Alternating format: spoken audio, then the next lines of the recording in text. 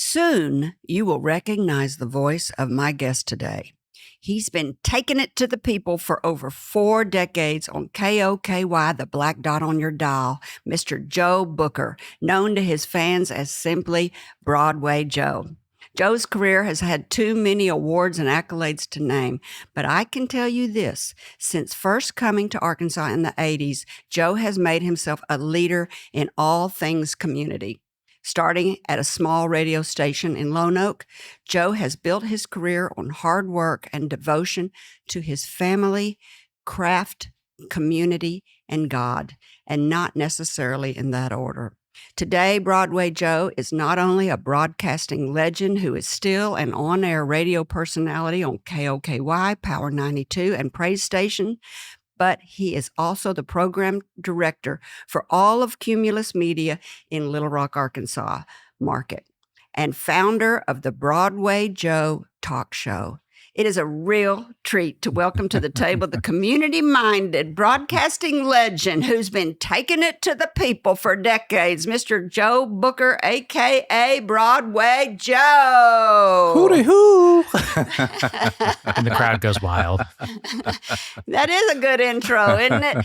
Like many transplants that I've interviewed on this show, people who have moved here from other places, they come to Little Rock and they stay.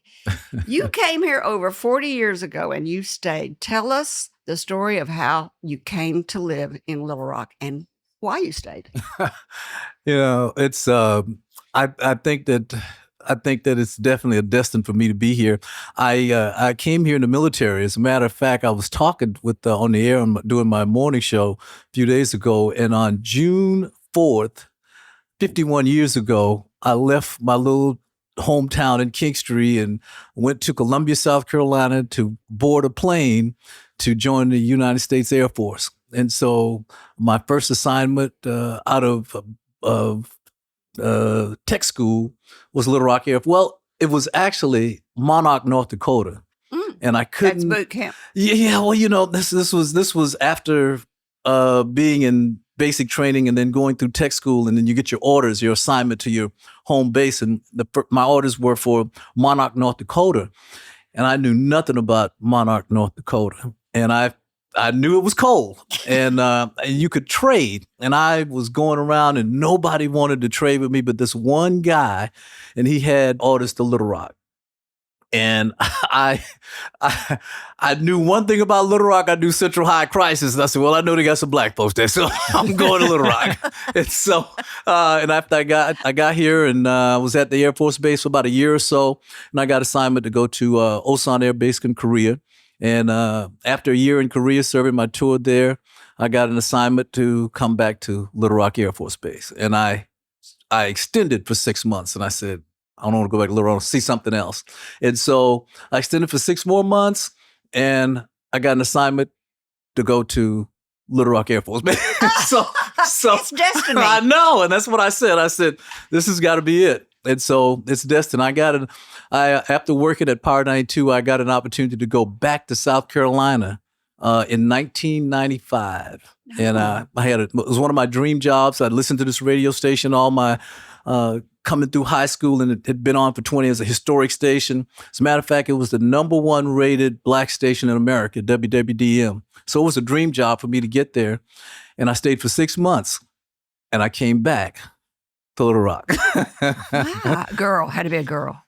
No, my wife hadn't moved yet. We were going to move, but I just saw a lot of things going on that I didn't feel comfortable with. In South Carolina? In my home state, South Carolina, around family and everything. And I came back, and I had a great opportunity when I came back to Little Rock. So when I came back, I knew that this was destined. I sold everything that I owned in South Carolina and built a home here. Did you meet your wife in South Carolina or Little Rock? My wife is from Arkansas. We got married in around 87, we got married.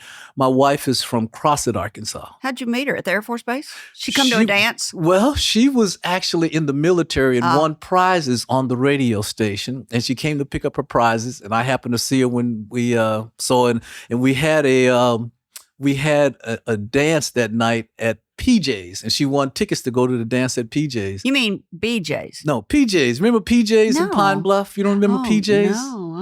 Yeah. Okay. Yeah. PJs. Oh my God. It's still there, as a matter of fact. Oh, but okay. I'm talking about, this is a club with a swimming pool in the club. No. Yes. Wow. So everybody's Yes. in bikinis? No, but it's Oh, just, good it Lord. was I'm just, never it was just going. some of the attractions. It was glass. Back in the 70s, 80s, 90s. Yeah, wasn't it fun? Oh gosh, yeah. But PJs is actually still there. Okay, good. But it's still a beautiful big club. And I think they have other businesses in there now. But back then it was the place to go. So she met you there that night. You invited her. Well, you know what? She spent most of her time around the DJ booth. And so we started kind of dating, and it just one thing led to another, and then Would you call it love at first sight? I would say something like that. You better say that. Yeah, I think it was. You're right, Kerry. I better say it like that. So what about your parents? Well, I've had a strange history. I was an adopted child. My mother, and it's amazing because I got a chance to meet my birth mother and birth father, and it's a strange story because I was adopted at 9 months, and this was in 1957 or something like that, 56, 57, because I was born in 50. So my mother, I'll get to her part of the story, but I was adopted at 9 months, and a beautiful family, church-going people, raised me great, raised in the church, in school, doing all those things. And Brothers and sisters? I was an only child, and that was really, really good too. So they spoiled me and everything like that. And I went into the military. Little King Joe. Uh-huh. And well, they were pretty well-to-do people, but they met late in life and they couldn't have kids and they wanted to have a child, and so that's how I kind of fit in. And I was, of course, like I said, the one and only. And after leaving and going to the military, when my mother passed, I think I was right at 29 years old. My father passed first, and my mother passed. And when she passed, the problem I had was I knew I had relatives there, but I never really asked questions about it. And it's kind of hard to explain because I never wanted my mother to know that I wanted to know or go anywhere else or anything like that. So I never asked questions. Yeah. So when It felt she, like betrayal or something. yeah, because I had so much, they had so much, I just knew that they loved me and I loved them also. But what happened is when you're going through, I learned that when you're grieving, you go through a process and you're not thinking, like normal, or you would think. And I say that because I had people coming to me, and my parents they had a little bit, and so this guy came and picked me up. I'll never forget, and I'm not gonna call his name, but he picked me up, took me to his house, and he was a minister, and he prayed with me and told me that he knew my father and showed me a picture of this guy and this, and but my wife and I knew that I had a cousin. And my wife, she was like, well, let's call your cousin because, we've had the service and everything, and I got this house and I got these things. I got to, figure out what I'm going to do with them. I'm, put them in storage or what I'm going to do. But anyway, when my mother, she actually died here in Arkansas because I moved her here for probably about the last 7 or 8 months of her life. And then she got sick, and she actually died in my wife's arms. Love and that. So, Love that. So, Love that. So the guy takes me to his house, and then he was a minister. He prayed on me, and he put the oil on me and slapped me upside the head, slapped her upside the head, and all of that. And then he said that, what you gonna do with all that furniture in the house and all this stuff? And I'm like, well, I hadn't made a decision on it. My wife was thinking more than I was, because his thing was donate it to the church or whatever, And so my wife said, we got to find out if this is true. And so she got with my cousin, and my cousin, she said, I went over to her house, and I think she lived about 20 miles from where we were. And she said, come on in the house. I want to show you some things. So she started showing me pictures of my brother. I have a brother and I have a sister. And she just started, going through things like this. And so she gave me a number to call. And she said, whatever you do, don't tell her that I gave you any of this information. She said, you don't know how your mother is. And I'm like, okay. And so I called her, and about 2 weeks after I called her, she was here in Arkansas. She flew here? She flew here. She wanted to meet you? She wanted to meet me. And she told me, the first thing she told me were that she made a promise that when she gave me to the Bookers, that she would never interfere in my life. Mm-hmm. And she kept her word. Mm-hmm. And I could tell you exactly where I was. I was coming from the airport right up near McCain Mall. And she said to me, you asking about I want you to know that you're a prom baby. I went to the prom with your father, and that's how you got here. You're a prom so, baby. Yeah. So it's like, you're lucky to be here, Joe. So it's like, okay. So I make light of it and make fun of being a prom baby, because every year around February, it's prom baby month. And you really were the king of the prom. Right. Okay. Right. So yeah. So mom told me that, and the craziest thing about and I found out why everybody was a little intimidated by my mother, and I think she may have had something like post-traumatic stress or something like, but she was never diagnosed with that. But she was a very different type and very independent woman. Post-traumatic stress from what? I just think living in the South? Possibly, because when I was born, she moved to Baltimore and never came back to South Carolina. So she had southern experiences. Yes. And she said to me that the reason why, because at that time, my grandfather had a farm, and normally what happened, her mother died in a car accident. Well, that'll give you post-traumatic stress too. Right. And so she and her sister were raised by their stepmother, and she didn't like her stepmother. Mm-hmm. And so she said, she was going to make it a point, I ain't leaving you with her. And so that's how I got up with adoption and got away from the family. I don't think they knew she was going to do that, but she left home immediately after that, and she went to Baltimore and became a nurse. And I have a sister and a younger brother, but I have a sister that's 3 years younger than me. We were born on the same day. So yeah, very interesting. She keep her? She's married by now. Yeah, she's married by now. She wants to come get you, but she's made a promise to the Bookers and she can't do it. And so you respect her for that. Right. Yeah. What happened about your dad? Well, it's the strange thing about it. My same cousin. Is she the Booker cousin, or is she your original family? She's my original family. How did you even know about her? Well, when you're growing up, and I was. Did the preacher tell you? No. The preacher was not. I thought you were going to say the preacher was your father. That's what I thought. That's where I thought the story was going. I fixed to find out the preacher's the father. The preacher was trying to get the furniture out the house. That's what the preacher was trying. The preacher was trying to get the furniture and everything else that I had at the house. That's he was working for the church. He's a man of business. Okay. Yes. So your father. So when you talk to my mother about my father, she don't want to talk about it. She never want to talk about it. So about 10 years later, that same cousin that introduced me to my mother, that I can't say anything about, but anyway, she called me, and she was in Hemingway, South Carolina, and they have what they call a Baha'i radio station. So she started calling me and talking about that, and then she said, well, I saw your father today.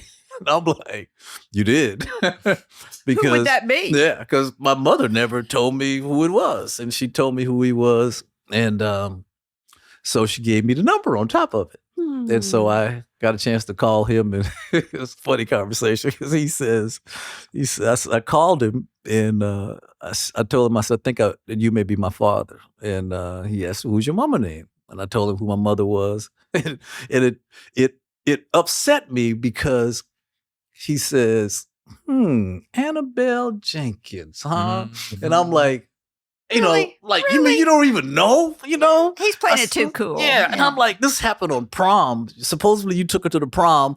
It would have been in 1955, because I was born in 56. And he said, 1955. Oh my God. I'm like, yeah, so I'm really getting upset now. So he said, well, give me your mama number. And so I gave him a number, and about a week or so later, he called me back and said, I tried to call your mom, she hung up on me. I said, yeah. She sure did. Yeah. So That is a crazy story. I love that. He's not owning. I don't. I hate it. He's not owning anything. No. I mean, what a character, though. Okay. All right. So then what? So about she hung up on him. Yeah, and so it upset me because he didn't know anything, and so I was like, oh gosh, and so I didn't really talk to him for about another 2-3 months, and then I was going to South Carolina, and I called him and told him that I was coming and I wanted to meet him, And so I never forget when I got to the house and knocked on the door. His wife came to the door, and she came to the door and looked at me and turned around to him and said, "Raymond, your son is at the door. You look just like your uncle." That's what she said to me. And so that relationship, and that's the blessing about it, was my father was a family man and all of that kind of stuff, and really a good guy, Mhm. you know. And I had a great relationship with him and a great relationship with her. And so for me, it's like I have like two moms, two dads, two families, because when I go to South Carolina to visit, I'm visiting all four sides of the family. Mm-hmm. And so I know they're it's a good proud thing. of you also. Yeah. Your father, I know what he was doing. He thought you were going to ask for some money, and he was like, "I don't know if I know you're not. I'm not owning up to anything." That's probably the way I would be If your mother somebody was a called me. strong, independent Mhm. woman, I can imagine she maybe didn't want too many hands in the pot, so to speak. Like too many cooks in the kitchen, maybe I should say. Right. Yeah. Like, I mean, you she know, was. Yeah. She yeah, was. for And that's better, the thing. for better or Mhm. worse. Yeah. You know, when you get pregnant at prom night, you're not mature enough to make good decisions. Yeah, right. Yeah. You know, And again, like, you know, she's an independent spirit. and like, and back then we didn't have good birth control. oh, Right. yeah. It was Right. a very different Right. time. Very, Very very different different time. time. Right. All right, Mhm. this is a great place to take a break. Okay. When we come back, we're going to continue our conversation with this Little Rock radio personality, Broadway Joe from KOKY, Power 92, and Praise Station, where he wears many hats, one of which is Director of Programming at Cumulus Media. When we come back, we're going to talk about some on-air celebrity stories, some faux pas, because I know we've all had them. So be thinking, Joe, what is a good one? The past, the current, and the future of radio as seen through Mr. Joe Booker's eyes also. You know, it's one of the few things left that's actually free. Absolutely. We'll be right back. Do you have something to say? Say it in flying colors. I'm Megan McCoy, and my family owns and operates flagandbanner.com. We believe that flags tell a story and banners make an impression. Whether it's for your business, organization, or special event, custom flags and banners will make your message soar. Visit flagandbanner.com for high-quality products and quick turnaround. We're not just any flag company. We're the experts that answer the phone. Before the break, we talked about Joe's early life, being adopted, contacting his parents, how great his parents were. We talked about his preacher. We talked about going to Korea. Was it Korea? You fought in the Korean War. We Korea. talked about how I didn't fight it though. Oh, that's good. Were you radio over there? Armed Forces Radio Network in 1975, 76. Did you always know? So did you always want to be in the radio? No. I love music. Yeah. And music led to it. I was doing the public address announcing at Arkansas State in Beebe when I attended school there. And it was interesting because I would always kind of practice on, you know, doing the lineups, because I kept the scorebook, and I always kind of practice on doing the lineups, you know, announcing the lineups and that kind of thing. And I would ride home as I was commuting from Jacksonville. And one night, the guy that does the announcing, he his throat or something was going on, and I think, you know, I don't know if I'm going to be able to do it tonight. And I was taken back by shock, and he said, "Hey man, you got to keep the books, but just can you announce the lineups for me?"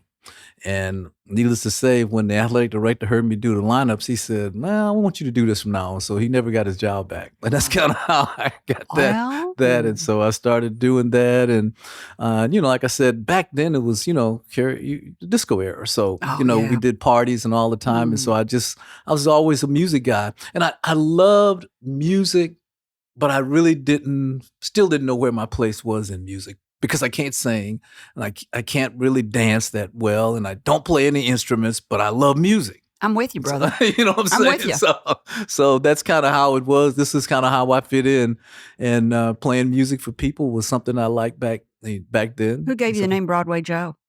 I played football in high school, and so I kind of loved football, and I kind of came up with, you know, everybody had to have a nickname or something. So, you know, I kind of put the Broadway with it. I didn't, you know, because my name was Joe and I love football. And so Joe Namath. yeah. And so I kind of. What was he called? Broadway Joe. That's what I was thinking when you were saying that. I thought, wasn't he Broadway Joe? Yeah, he was Broadway Joe. Oh, so you're like the Joe Namath of the radio. There you go. That's like it. that. I'm the quarterback of the radio. You're the quarterback of the radio. We've got to start doing pantyhose commercials. Remember when he did That would those? be good. Let's talk about your career in radio. You started, I thought I was thinking 4 decades ago, but really 5 decades ago, Right. in Lone Oak. Oh, KWTD 106.3, the station that kicks. Station that kicks. Yeah. Motown, soul music. Was it AM, FM? It was FM. It was FM. Did you start in AM or did you start in FM? I worked on AM I worked on AM at KOKY, but that was actually after working on FM then. KOKY was at the 1250 dial and probably like 84, 85. I left there in 87 when Power 92 came on. Power 92 came on Christmas Day, 87. And when it came on, it was the KWTD was FM, but it was in the outskirts. Power 92 was 100,000 watts right here in the city, and it covered everything. So everybody was talking about this new radio station that came on. And I sent an application in, and I never followed up because the guy was like, why didn't you follow up? And, I just, I got a job working over here. And that was on KOKY. Right. And they weren't together under one. They were competitors at the time. They were competitors at the time. And that's the thing about it is what I don't want is the job I have over here to hear that I'm over here trying to find a job. Yeah, that's not good. That's not smart. Right. Smart. So I didn't, one of my friends that worked in sales, Jerry Boogie Mason, as we called him, he was, everybody had those nicknames back in the day. Yeah. So I was on my way to work at KOKY. And I did middays at the time, and I was the music director. And Boogie ran me off the road, and the Prospect Building on top of the hill, off of University Avenue, right. Well, the other tall building right across from Catholic High School is where Power 92 was. Yeah, and we used to have our radio station over there. What was that called? It's the 101 FM, The Answer. I don't remember what they're. Never mind. Anyway, go ahead. But he ran me off the road, took me over for an interview, and the guy asked me, Kevin Brown, he said, you sent an application, but why didn't you follow up? And I said, well, I mean, I didn't want to leave this job to come here because I didn't know if I had a job and that kind of thing. And he said, well, I've heard a lot about you, and I honestly thought that you had people calling me until, I talked to Boogie and that kind of thing. Yeah. And so he told me, he said, well, I got a job. I want you to be on at night. And here's what it pays. And I'm like that's $3,000 less than what I'm making now. Over here. He said, well, that's what I got. You can take it or leave it. You can, but you need to go from AM to FM. Right. And he said, you need some time to talk it over with your family and stuff. And I was like, nah, I'll take the job. And so that's kind of how it went. And he said, you're not going to think about it and take it. I said, nah, I'm going to be all right. I think that this is the place to be. It's FM. And so that's kind of how it started. And I came over there as a night guy. And I actually had the highest ratings when I was on the AM. And if you know AM at the time, it's the powers in the daytime and it goes low power at night. Yes. That's how it was. Unless you're Beaker Street and then you go all the way to New York. Right. But yeah, now, nobody knows what we're talking about. No, I certainly don't. So. That's because Joe and I are the same age. Right. Yeah. Right. So KAYK. KAAY. Remember KAAY? KAAY. KAAY Right. and Koki were my two stations that in my 65 Mustang that I went back and forth on that dial between all the time. But I ended up on Koki most of the time because I preferred it over, that heavy rock, Led Zeppelin and stuff. And Beaker Street was KAYK. Yeah, right. KAYK? KAAY. KAYK. Where's that coming from? That's the one that Craig was on. Yeah. Right. Remember that one? Yeah. Right. Boy, we should go to have drinks together. Though. You probably don't drink, though, so you can't hang out with me. Every now and then. We'll make an exception. Okay. So, yeah, say it again? KAAY. KAAY. Right. Beaker Street. That's so they were AM. Right. But it traveled all over. But it went everywhere. We actually own that station now. It's all religious. It's still around? Yes. Yes, it's not the same power that it had back then, but it's a little low power now. But we that's one of our stations. So you were on the cusp of the black music market.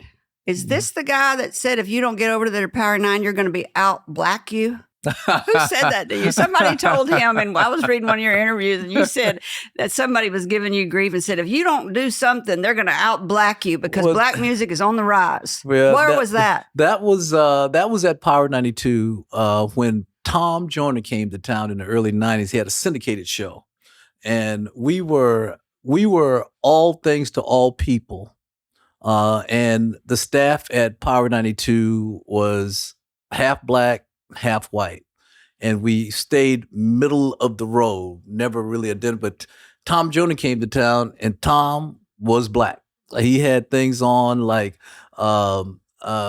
the Reverend Pastor Deacon Dr. Doug and stuff Never like heard that. of him. Yeah, and he would do features, but there was no United Negro College Fund. He would raise money, but there was no doubt that he was black. And so the consultant told our general managers, like, hey, look, you can't straddle the fence anymore, because if you don't go 100% black, he's going to out-black you. Because he's black and he's proud and he's doing all of that. Right. And so we kind of loosened it up a little bit. And now, Kerry, you know this from doing your show, it's reality now. People want real people. That's right. And back then, my voice wasn't like it is now. You had to sound general market, is what they call it. You couldn't sound like you were black.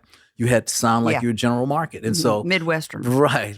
And so that's kind of how it was. And it opened the door for us to do a lot more in the community and actually to be a black radio station. And so we had 100,000 watts, and I think he had like 3,000 watts. So what station was he? Is he gone? He was on Foxy 99, but it's now Foxy? Yeah, it's now. It was a Disney. I don't know what it is now. That's a better name than Power 92. I'm sorry, Foxy.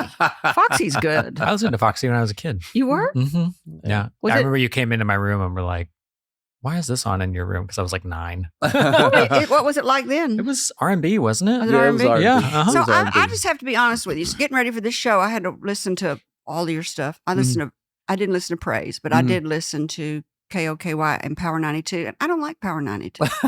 You wouldn't. No. It's misogynist rap music. Yeah, it says terrible things to poor women out there. Well, yeah, it does. Rap music is not good. It speaks to the culture. It does. Well, that ain't a good culture. I mean, do you think you like it? Okay. I mean, we look to everybody. I mean, there's nothing you and I can do about it. Mm-hmm. So you got to do what the people want. But I just don't think misogynistic rap music is good for anybody to be calling us fucking bitches and the bitches. Well, and you're like, quit calling us that. We play the edited versions first. We play the edited versions. Well, you know what the bleeped out means. Well, but here's the deal. Here's the deal. So, in the probably 93 or 94. What you're talking about got to me. It did. It got to me. I would think it would too. And I was about to actually find another career. I just felt like this music had gotten to where I just can't play this anymore. Mm-hmm. And had a good friend by the name of Reverend Dr. Hezekiah Stewart that I did a lot of work with at the Watershed all the time. And he was more like, for me, Rev was like my spiritual mentor. And I could go to him and talk about anything. And so I went to Reb and told him, Reb, and we're both from South Carolina, so we have something in common. I went to Reb and I said, Reb, I can't do this no more. I don't believe in this music. It's just not me. And I'm playing it.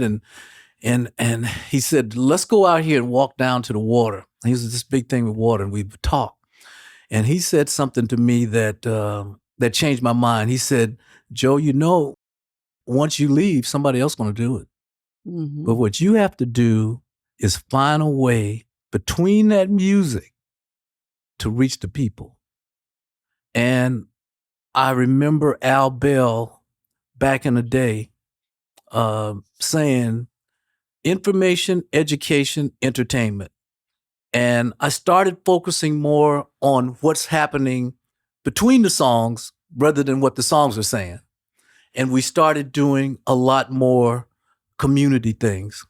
And I got what Rev was saying. Somebody else was going to do it, but were they going to put positive things between the song? Were they going to do community stuff? Were they going to do those things? Because we had a really big, I would say, a great marriage with the Watershed. We broadcast from there every Christmas and raise money for the kids. And I think that's the thing that he wanted me to focus more on, giving more back in the community and doing more things to help people.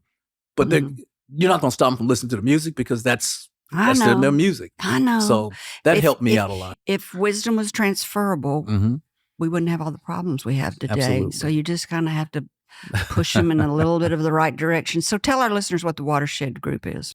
Okay, the Watershed is the world's first social hospital, and it was founded by Reverend Dr. Hezekiah Stewart, who we lost a couple of years ago. He passed a couple of years ago, but the Watershed is still there now. And when I say social hospital, the best example I can give you is when I first went there, they would have the Tyson trucks there because during the Christmas time, they always feed people during the holidays. And I went there the first day and I volunteered to work on the truck. And I came back the second day and some of the same people we were giving food to were back again. And I was like, Rev, some of the people were here yesterday. And he said, Joe, we got to have enough for the needy and the greedy. I said, okay, Rev. How funny. And then, but the third or fourth day I go out there, someone had broken in the truck and stole some of the food out the truck. And I said, Rev, I said, they broke in the truck. You're giving away. He said, Joe, we got to have enough for the needy, the greedy, and the thievy. Oh my gosh.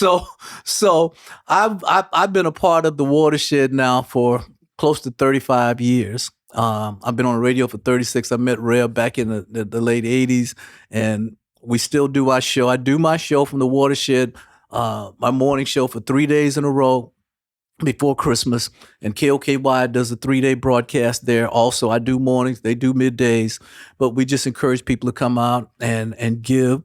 They do toys for kids, big toy drive we do for kids, and then we do food boxes and all of that. And if you go there now, they have a pantry where you can go and get stuff. Where's there? The old Gillum School. Where's that? Off of Springer Boulevard now. Oh. You know, right, the exit before the airport. Yeah, it's just by right the there to the Roosevelt. right. Yeah. You'll see it. Downtown.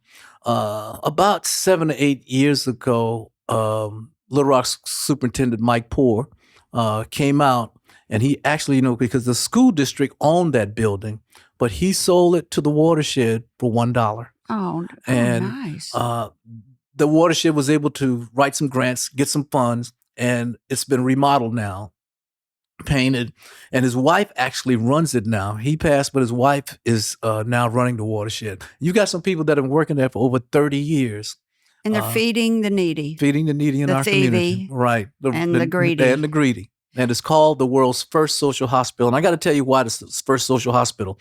Because it's something, if somebody calls a radio station and they say, hey, I'm having problems. My house burned down. We send them to the Watershed. My lights are off. They have a relationship with the AP&L. My gas is this. They have a relationship with all of these people. But when I first got involved with it in the first social hospital, I remember Reb taking me to this room, and he said, "This is a support group for families of the incarcerated." And I said, "Why would you need a support families of the incarcerated?" And he said to me, and he called me over to the window, and he said, "You see that lady over there?" I said, "Yeah. She's got 5 kids, and right now, all 5 of them are in prison or jail." And I really had to think, as a parent, that could be traumatic. Mm-hmm. I get it now. But I didn't at first, but I got it now. But that's what I mean by social hospital, because there were so many different things that they cure. that they care for down there. Why would somebody have 5 children in the prison? You need some support, I would think. And what would make 5? Is it Big Brother gets in it and they all follow the? I mean, I know. All right. I know. It's hard to stay positive. Right. Isn't it? Right. You are so inspiring. Let's take a quick break. Okay. We're speaking today with Broadway Joe, the longtime legendary radio personality on KOKY Power 92 and Praise Station, where he is the program director for all of Cumulus Media in Little Rock, Arkansas.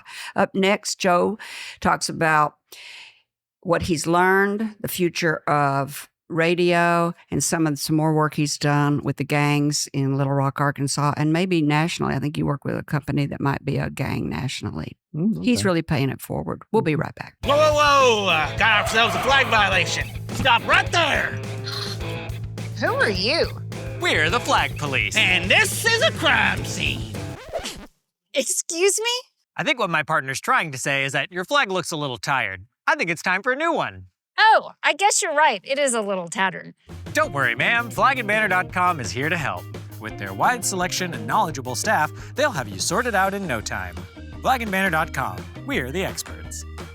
We're speaking today with Mr. Joe Booker, known to his fans as Broadway Joe, a broadcasting legend and current program director for Cumulus Media in Little Rock, Arkansas. If you're just tuning in, you need to go back and you need to listen, because the first part was about Joe's adopted family and his meeting his parents. That was a good story, and he's a good storyteller because he's a radio personality. And then the second section, we talked about some of his work at the watershed. And if you live in Little Rock, Arkansas, and maybe all of Arkansas, is the watershed? It's just Little. It's just Little Rock. It's all over the state, all over the country. Oh, it is. They've helped people, yeah. Oh, it's a national organization. When Katrina happened, man, a lot of people were at the watershed. They raised money for a lot of people. Oh, that's good. A lot of them, and a lot of them actually came back. And you can imagine, Reb passed a couple of years ago. There was a tribe out of Louisiana that came back for his service. I mean, he just touched so many people. He was, yeah. Mm-hmm. I wish I'd have known him. Mm-hmm. So we talked about the watershed. I've always heard about it, but I never really knew what it was. Well, now I do. We like to call it the first social hospital because they cure what ails you, from incarceration in your family to lights turned off to needing some food. And they social issues. It's all the social issues. It really, Social really issues. is. So we've already talked about Al Bell, owner of Stax Records in Memphis, who you used to get a lot of grief about talking too much on the radio, because there was a time, now you mentioned this earlier, that we are now all about personalities. Absolutely. You know, but back in the day, it was all about who played the most music and who had the least commercials.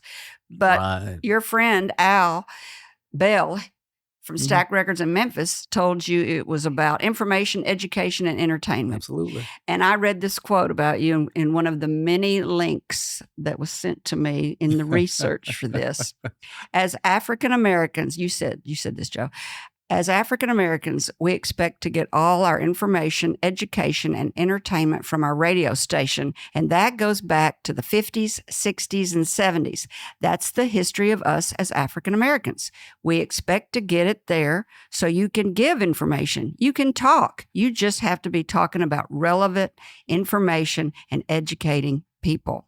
Mm-hmm. So information, education, entertainment. And then you say about entertainment. The entertainment is the music that we play, the little jokes on the side and things like that we do. But if you're giving people substance, information, and education, you can always win, especially in the urban format, because people will listen. So do you talk about the watershed? Oh, yeah. And then the information you give out? Right. This really struck a chord with me because I have a girlfriend who lives in Blytheville, Arkansas. She's a farmer, and they don't. I don't think she has cable or anything. So she gets up in the morning, turns on the radio, and it's whatever radio she can get, and she just listens all day long as if it's her company all day long, because she doesn't work anymore because she's a retired school teacher. I was like, when she told me that this year that's what she does all day, I was like, that is so weird. And then I read that a lot of people do that, and that it's part of your culture to just get up and turn the radio on. Right. That's a big responsibility. Oh, it is. It is. Times have changed, but my research starts around 3:00 in the morning. I was going to ask you, how do you prepare for a day? Right. It's about a 2-hour preparation, because if you listen to my morning show on Power 92, I have a person that actually reads the news, and then I have entertainment or trending stories, and then a little sports around everything else that we do. But I get up and I prepare our news in the order that I want it in, because it never bleeds and leads. Everything starts off with information and education, and then it gets into who somebody may have gotten shot or things like that. When I say bleed, it leads.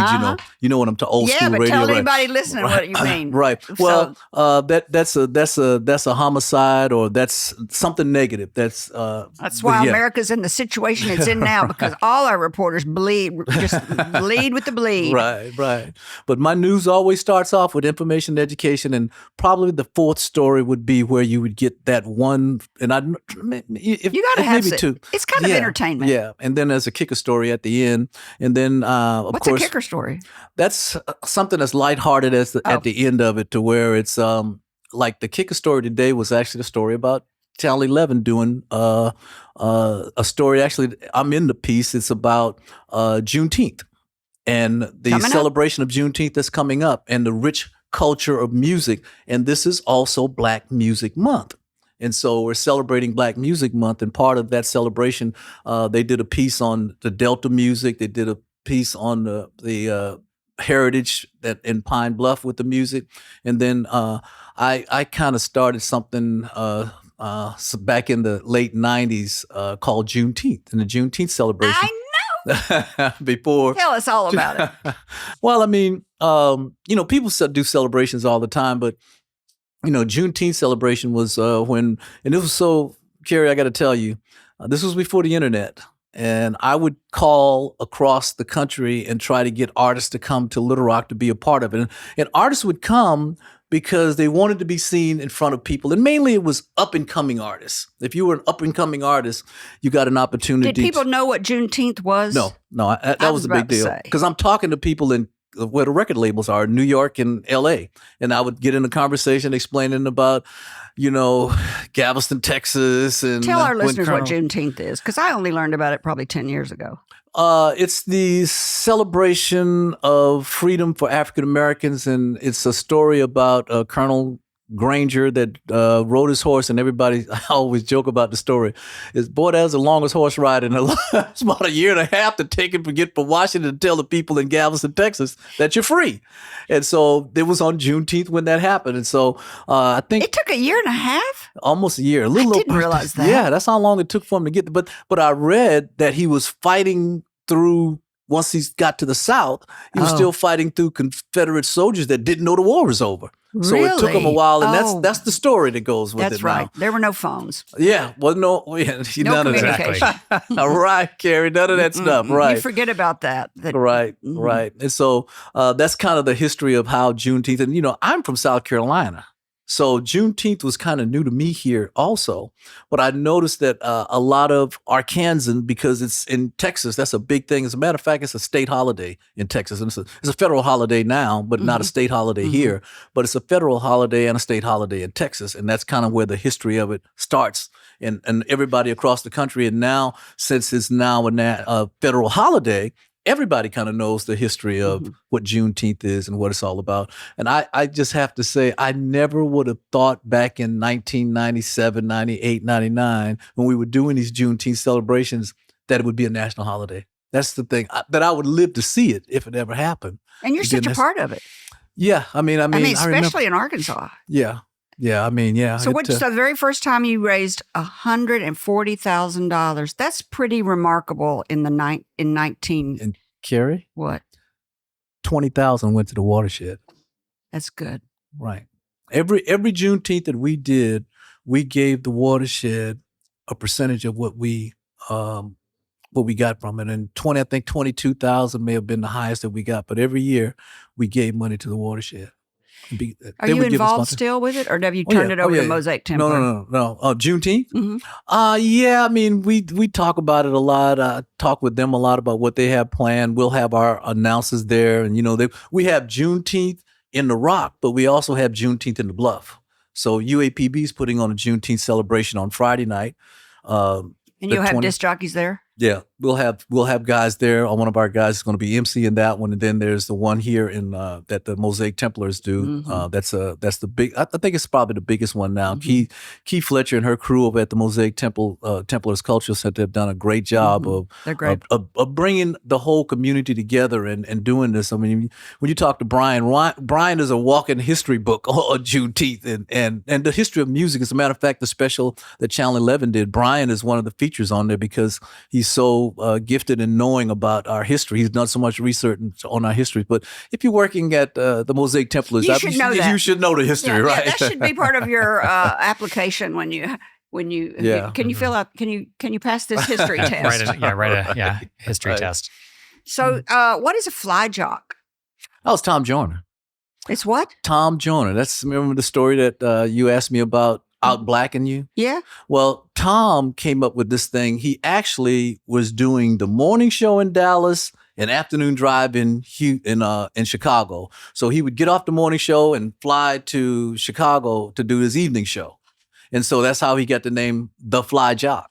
And so then it's just his. It's not anybody else's. No, it's Tom. It's Tom. Oh. Of course, he's since retired, and I think he retired about 3 or 4 years ago. And now we have Ricky Smiley that does our morning show on Cokie. But he actually was at that time flying back and forth, but then he became syndicated.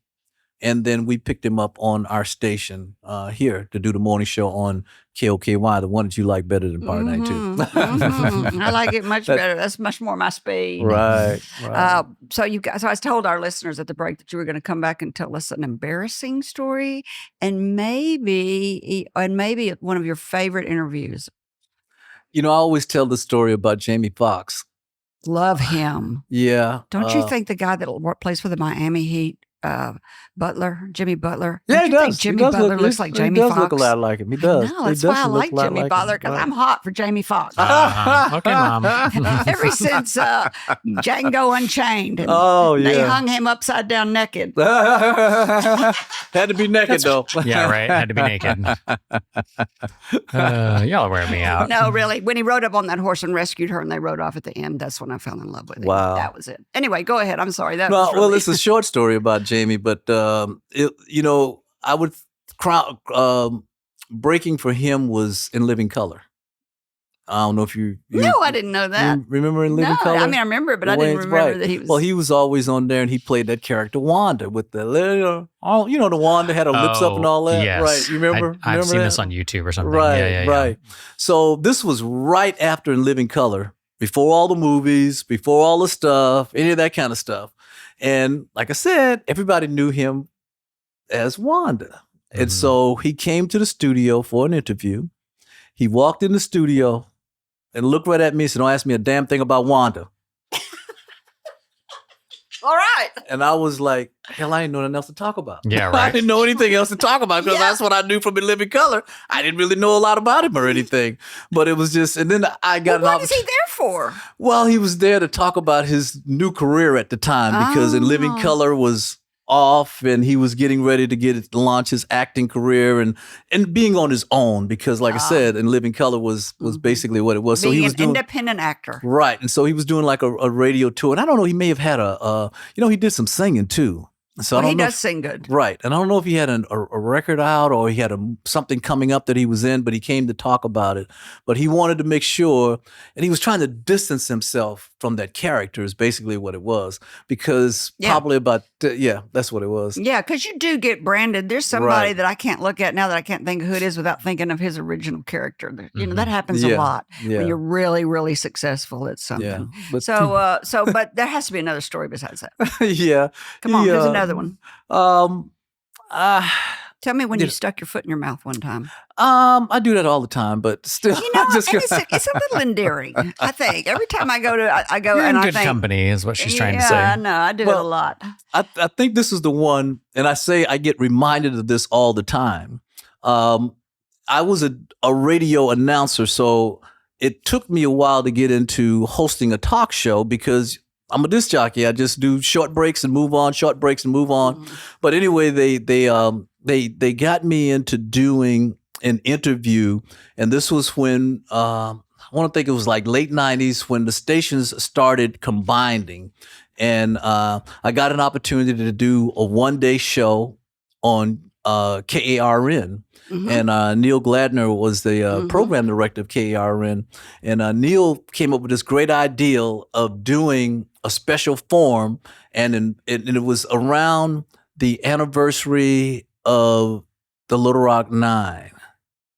And President Clinton came to town at the time. He was a president, but he came to town, and it was just a lot of of that going on.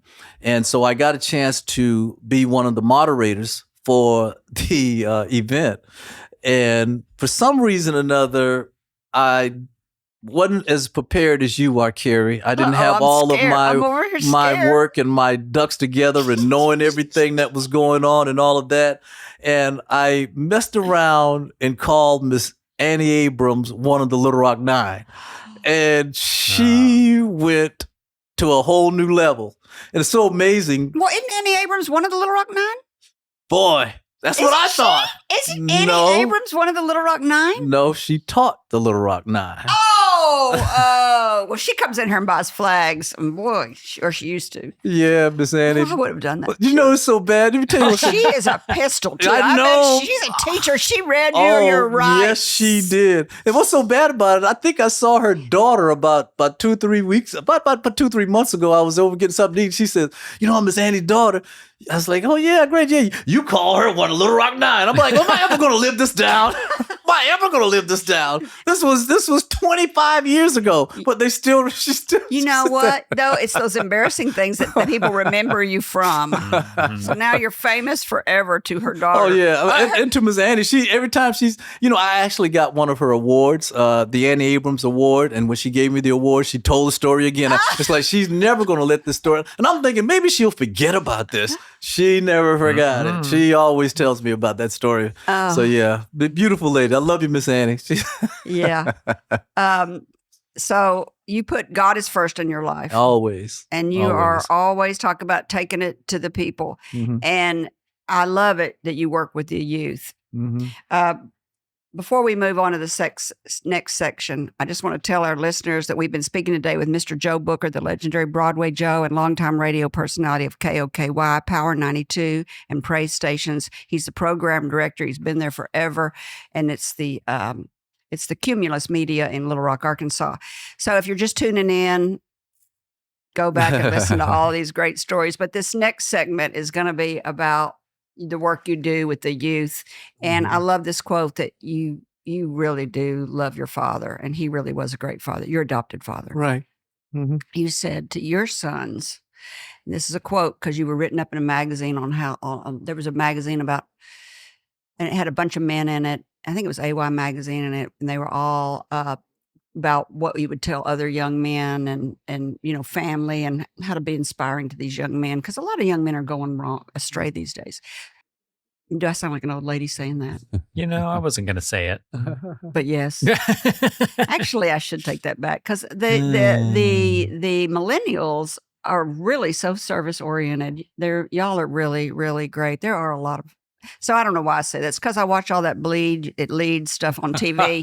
Yeah, there you go. And I need to quit watching that. But anyway, you said this. I would always tell my sons, there's some things in life that we can't change. You will always be my son. I will always be your father. No matter what happens to me or what happens to you, nothing can change that.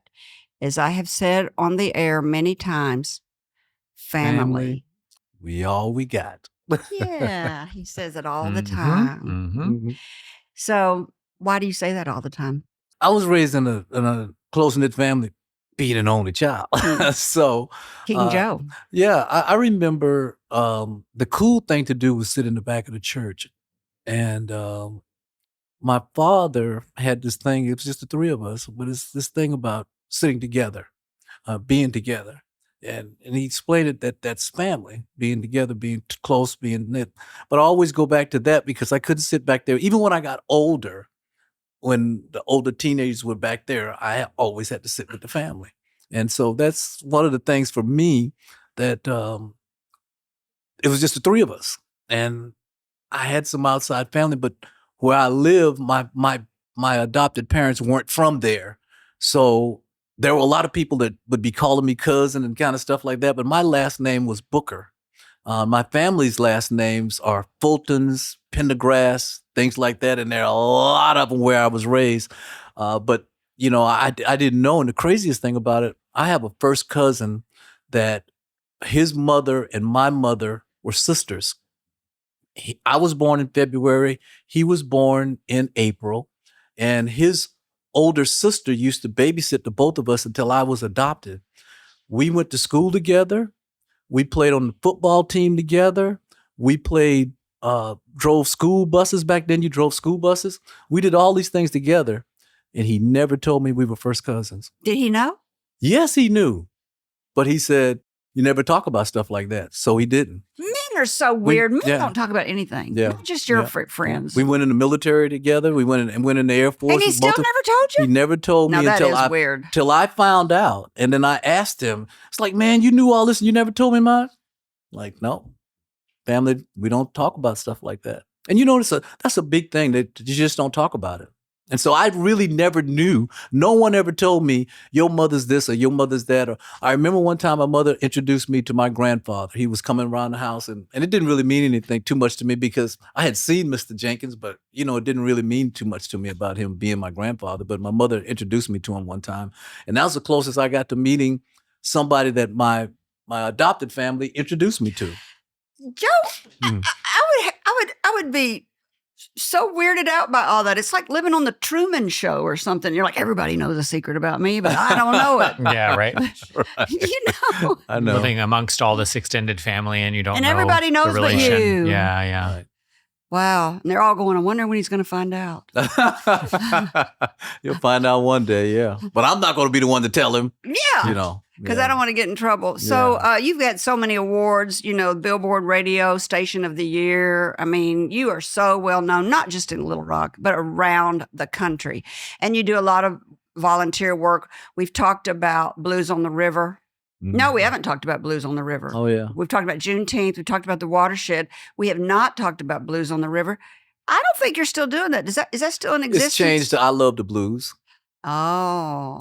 Yeah. It was like the Juneteenth celebrations we used to do. When you get, you know, a lot of these major companies, they shy away from possible lawsuits and things like that. And so we don't want to be able to do this. When we did Juneteenth, when we did Blues on the River. You're talking about Cumulus Media doesn't want to do it anymore. Right. Well, yeah, liability. When we were Sure. Citadel was when we did that. And Well, they that's a big accepted company, liability. isn't it? It was, but it sold to Cumulus. What do you think about all these businesses selling all the time and all over and the future of America? I mean, not America, of the radio. Let's not talk about the future of the future of the radio. What is the future of radio? Well, I think we have to expand our platforms. Basically, that's it. I mean, What do you you're mean by doing. that? Well, Podcasts and stuff? podcasts, your social handles, all of those things. I mean, we've got, it was one time it was just the newspaper, then it was the newspaper and the TV. And Free then, channels, and now it's everything yeah, under the yeah, now, then, streaming. no. It was newspaper, then radio, then TV. Oh, that's right. And right, That's we had, right. the soap operas used to be on the radio. That's right. The Lone never Ranger and all of that stuff was on the radio. And then it came to TV. So I think social media and the internet is just a whole new extension of, another platform. And so you can grow into it or not. Aye. You'll get left behind. What's the name of your, don't you have a video show? Yeah, the Broadway Joe video show. Broadway show. Yeah. Who owns that? Is that I do. Cumulus? Nobody owns it. That's yours. I own that. Tell our listeners what that is. It's a television show that It's the longest running television it is. It's show the longest running television show. As a matter of fact, in Arkansas, I think. yes, it is. And this is going to be the last year because I'm transforming into a podcast on the show. Can I be So- on your podcast? Exactly. What's the platform for it? I think it's religion, well, isn't it? yeah, and I can't be on there. Yeah. I do something now. I still do a talk show. I do a talk show also every Thursday morning on KOKY. I do a 1-hour talk show with just community, but it's all community stuff, community events. So I thought that's what your Broadway Joe show was a talk show about community stuff. Well, that's on KOKY. That's the talk show, Broadway Joe talk show. That's on KOKY. Then the morning show is on Power 92, and then on CW Arkansas is a video show. Yeah, I thought the video. I mixed up your video show and your KOKY show. Then, Right. So are the platforms the same? Aren't they both community? Right. Well, the talk show is basically all community. We talk about a lot of community on the morning show. That's my big feature there is the Power People Poll when we ask questions about, this thing's going on. Like today's question on my show was, do you agree or disagree with sending in the troops in Los Angeles? Get ready for it because our governor agrees with it. And if you go up toward the Capitol, so you're going to send them up there on you. So don't go up there acting a fool. So, that's kind of just a little humor that we talked about this morning. But that's what the question was. That's not humorous. and then we do relationship questions and stuff like that. People love the relationship questions. Like, Oh, yeah. I think the big one last week was I asked my best friend to sing at my wedding, and they want to charge me $1,000. Oh. Is that really a best friend or not? No. I would disagree. See, that's what makes it a good question. Yeah, right. That's what makes it a good question. I listened to one of these talk shows asking those stupid questions, and Tom, our editor, may cut this out. So, All right, Tom. Tom Wood is our editor. Oh yeah, I know Tom. Yeah, he said great to guy. tell you. Yeah, Tom, great guy. Yeah, he said Say tell hi, you how- Tom. He'll hear all of this. Yeah, because he's editing Tom. this show. And so I was listening to one of those talk shows in the morning, and they asked the question to call in. I don't even know if I should say this, but they said this on the radio. Okay, yeah, go ahead. Go for it. Do you pee on your wife in the show? Oh, that's so gross. I can't believe how many people do that. Called in and even answered. I think it's kind of crazy. The phone rang off the wall is why I can remember it. It's been 10 years ago that I heard that. And I cannot forget it that was a question on the radio. Yeah, Tom, just cut that out. That's gross. That wasn't my show. Let me say that. That was not my show. But I just had to tell y'all that because I thought that I like your questions a lot better. Like, don't go up to the Capitol and relationship. Socially relevant. Yeah. Yeah. That's what we Yeah, call it. I'm trying to think of who that was. That may have been Pool Boy. That's one of our tracks. stations. Oh yeah, Alice. Pool Boy. Yeah, Alice Alice. Alice is one of our stations. Yeah, that's right. Yeah. We love Pool Boy. Mhm. Um, Have you interviewed him yet? oh, yeah. Oh, He he's was a great guy. He was one of the first. Oh yeah. He He's a good also guy. hosts Dancing into Dreamland in the Dreamland Ballroom every year. Oh, okay. Mhm. Yeah, he's a great guy. Great guy. The power of radio. We've talked about radio is still strong. And I've mentioned that radio is free. It's free. which I didn't really ever think about. So I started getting ready for the show, and I thought, that's a really strong point for radio, that it could be around forever. Mm-hmm. You don't need really much of anything to listen to the radio. Just got to keep radios in the car. That's been a big deal. Yep.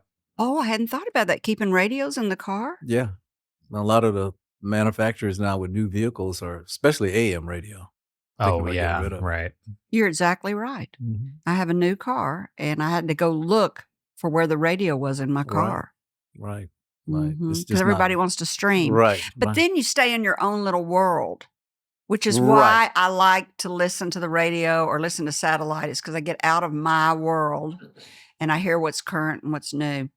So if I was wanting to go into a career in broadcasting, would you have any advice for me? Being on the radio or being behind the scene is what I would ask, because it's bigger than just being on the radio. There's sales and there's a lot of other opportunities that go along with it. But Being on the radio. yeah, I think it's a great opportunity, but I think that I would start off like we do now when somebody comes with me with a record and they'll say, hey man, I want you to play my record on the radio. And it's like, oh, how many followers you got? Why don't you start it off doing something like putting it on social media? Because then you can gauge it on whether people like it or not. But why would I want to put you on against people that have invested so much money and their quality is so much better than yours, and my listeners don't know who the hell you are? Well, and you don't know what their work ethic is either. What if you Absolutely. promote somebody and you don't know anything about them, That's and they're right. just, We get in a lot of trouble for that a lot because people feel like we should play their records on the radio. oh, they do. Yeah. So I get a lot of calls with that kind of stuff. What do you and think's get- the most important thing you do? You have a big voice. You touch thousands of Yeah. people a day. I think the community service part is probably the biggest thing that we do. The information, education, entertainment. You just can't go wrong with that. And you got to think about this, Kerry. When you were talking about it, see, back in the day when I made that statement, you had to understand that Black people didn't have a choice. I'm going to listen to the rock today, or I'm going to listen to the news today, or I'm going to listen to top 40 today. It was one radio station. There's one radio station. That's your choice. So you had to, as I say, feed the people. When we talk about it now, that's what I say. You got to feed our listeners. You got to, when you finish playing a song and you're going into a break, hey, this was so-and-so and so-and-so, and now give me something to eat. So give me some information on something that's going on. And then when you finish with something that's going on, give me something to keep me through the commercials. Coming up next is going to be this. You know, never tell me what the name of the song is. Just tell me who the artist is, because it might be the song I don't like from that artist, you know? Before we came on the radio, I'm going to tell our listeners, before we came on the radio, you told me I was complaining about rap like I did earlier and how much I love Motown and, you know, the old guys. And you said there's a new trend called Southern Soul. Southern Soul. What baby. is that? Southern Soul is a younger Black listener that, to me, they're the culture of Southern Soul, the music of Southern Soul, the bikers, the truckers, line dancing, trail rides, all of that is part of Southern Soul. And it's created a younger talent that doesn't do rap or hip hop. They sing R&B songs, but more of a Southern type of R&B songs. And I mean, they've got some great ones. I mean, Can you think of an artist? I'm going to go listen to one of them. Well, there's a song out now that, Kerry, you should know about. Oh, good. That's a Southern Soul song. Uh-huh. It's the first, history for you here, Kerry, Okay. the first Southern Soul song to go number 1 on the R&B charts. And it just happened about 2 weeks ago. Where them fans at? I got my boots on the ground. Oh, Boots on the Ground? That's a Southern Soul song. It sure is. Is that Yes. what you mean? That's what I mean. love that song. That's a line dance song. I keep singing that song to my grandson because he wears boots all the time. Right. And I'm like, get your boots on the ground. He There looks you at his go. boots. He looks at the ground. Yeah. Yeah. It's adorable. That's funny. that's Southern Soul. So it's grown a lot. Southern Soul has been out for, I guess, probably the start of the 2000s, because it was just blues, but now it's blues and Southern Soul. All right. So it's a I blend. like Southern Soul. I didn't realize that I was already listening to Right. it. Uh-huh. All Right. right. Thank you, Broadway Joe. Okay, Man, it has been a pleasure to visit with you. We're Kerry, the it's been a same pleasure to age. visit with you. I Thank got to get you. you on my show now. Come over. I won't even Do charge you it. $1,000. $1,000. So I have you a desk set, and this was supposed to. There's an extra hole in the little desk base here that's supposed to be for South Carolina. Oh, really? So So when I we- come on your show, I'll bring it to you. Yeah, we owe Okay. you a South Carolina flag. So that's a U.S. and an Arkansas, and I should have gotten an Air Force flag Oh, for him. yeah. Oh, okay. You know, that'd be good in here too. You haven't lived Mhm. anywhere else, have you? No. That's it. Yeah. All right. This show was recorded in the historic Taborian Hall in downtown Little Rock, Arkansas, and made possible by the good works of flagandbanner.com, Mr. Tom Wood, our audio engineer. Yo, Tom. Mr. Jonathan Hankins, our video engineer, Miss Delora DeVore, production manager, and my co-host, Mr. Grady McCoy IV, aka Son Gray.